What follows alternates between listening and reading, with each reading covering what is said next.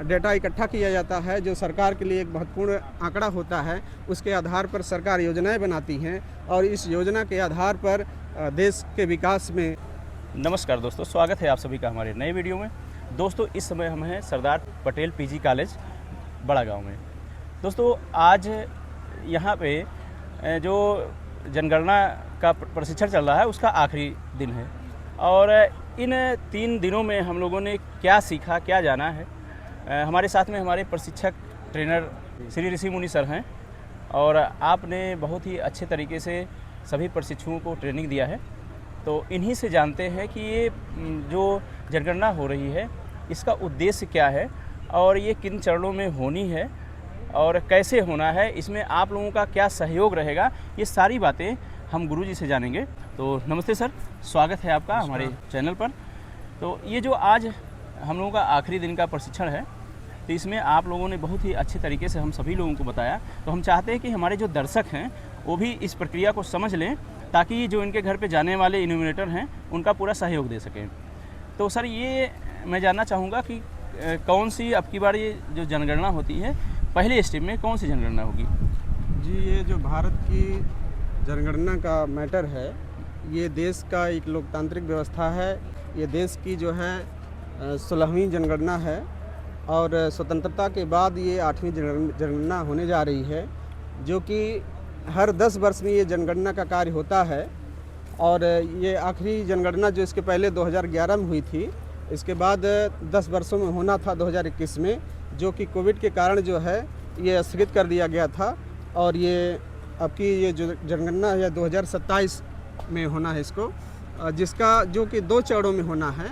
जिसका प्रथम चरण 22 मई से लेकर 20 जून तक है और दूसरा चरण जो है 9 फरवरी 2027 से 28 फरवरी तक होना है, जो कि 1 मार्च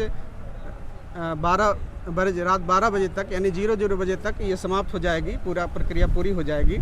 जिसमें प्रगणक और पर्यवेक्षक 2 लोगों की महत्वपूर्ण भूमिका होती है। वो घर घर जा कर के लोगों के शिक्षा के बारे में, कितना शिक्षा का स्तर है और धर्म क्या है और रहन सहन की स्थिति क्या है, इसके बारे में जो है डेटा इकट्ठा किया जाता है, जो सरकार के लिए एक महत्वपूर्ण आंकड़ा होता है। उसके आधार पर सरकार योजनाएं बनाती हैं और इस योजना के आधार पर देश के विकास में महत्वपूर्ण योगदान होता है। तो अच्छा सर, ये जो जनगणना होने वाली है जी, तो पहले चरण में क्या होगा? पहले चरण में ये मकान गणना होगी। अच्छा, हाँ जी, मकानों का सूचीकरण किया जाएगा। मकानों का सूचीकरण किया जाएगा, उसकी गिनती की जाएगी, कितने मकान हैं, उसमें जनगणना मकान कितने हैं, तो इसकी गिनती होगी। ये प्रक्रिया 22 मई से शुरू होगी। 22 मई 2026 से प्रारंभ होकर के 20 जून 2026 तक चलेगी। अच्छा, इसके बाद दूसरी स्टेप में क्या होगा? दूसरे स्टेप में लोगों की गणना होगी। लोगों की संख्या के बारे में जानकारी होगी कि कितनी हमारे देश में कुल कितनी संख्या है। अच्छा, जो हमारे प्रगणक गांव में जाएंगे या शहरों में जहां भी उनका ब्लॉक मिलेगा, उन्हें डाटा क्या लेना है? उनका कोई कागज़ जमा करवाना है या फिर ऐसे ही होना है? नहीं, ऐसा कुछ नहीं। ये पूरी तरह से डिजिटल प्रोसेस है। पहले देश में पहली बार डिजिटल तरीके से जनगणना का कार्य होगा, जिसमें मोबाइल ऐप से सारी जानकारी इकट्ठा की जाएगी और इसमें कोई कागज़ किसी से नहीं मांगा जाएगा। और जो जानकारी उत्तरदाता देंगे उसको हमें प्रेम पूर्वक उसकी जानकारी को कलेक्ट करना, उसके डाटा को इकट्ठा लेना। कोई ज़ोर ज़बरदस्ती नहीं करना है, कोई झगड़ा नहीं करना है, कोई प्रेशर नहीं देना है। बहुत ही सरल तरीके से उनसे उनके दिए गए उत्तर को हमें कलेक्ट करना है, इकट्ठा करना है।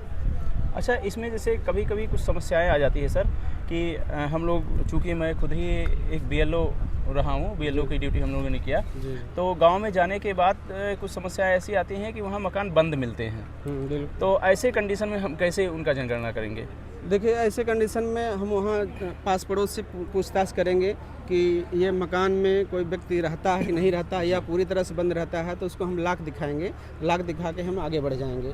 आगे प्रक्रिया हम 34 नंबर का जो कॉलम है वहाँ पर पहुँच जाएंगे। अच्छा, तो हाँ, इस प्रकार से जानकारी हम इकट्ठा करेंगे। चलिए, बहुत बहुत धन्यवाद सर। ठीक। और मैं आप सभी दर्शकों को बताना चाहूँगा कि जब भी आपके घर पे प्रगणक जाएँ तो उनका पूरा सहयोग करें, ताकि ये प्रक्रिया पूरी तरह से डिजिटली है, आप जान ही रहे हैं, आसानी से पूरी हो सके। जो भी नियम कानून बनते हैं, जो भी सुविधाएं मिलती हैं, इन्हीं आंकड़ों के आधार पर मिलता है। तो आप सब सहयोग करिए। मिलते हैं अगले वीडियो में। Thank you for watching. नमस्कार।